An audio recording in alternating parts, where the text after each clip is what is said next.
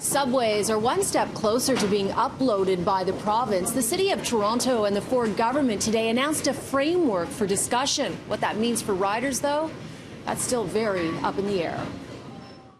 We're going to build proper transit, underground transit. That was Doug Ford on the campaign trail, promising to build more of these.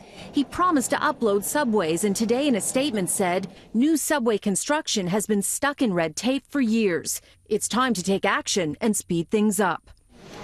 The Premier's transportation minister today acknowledged it could still be years before there are shovels in the ground for a new subway project, even if the province is in charge, but promises projects will move faster than the status quo.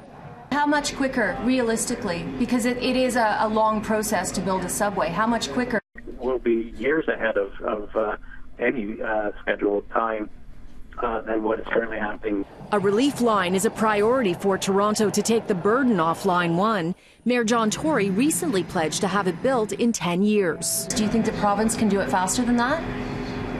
You know what? If we can get the upload complete, I believe we could quite possibly do it a little quicker than the City of Toronto. We'd have to take a look. Today's agreed framework promises to assess a number of options, including the province taking over building and maintenance of new and existing subway lines.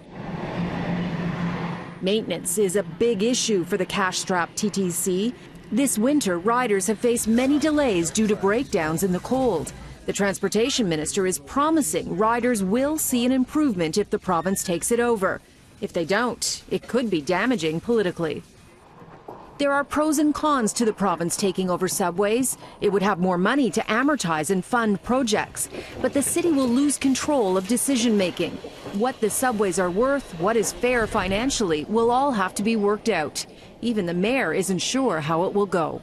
The real decision time will come once those discussions have happened, and whether or not they produce some kind of a deal or some kind of a change from the status quo that is good for employees, transit riders, taxpayers, and anybody else who is a stakeholder from the City of Toronto perspective. And I can't tell you whether that's going to be the case or not. I have no idea.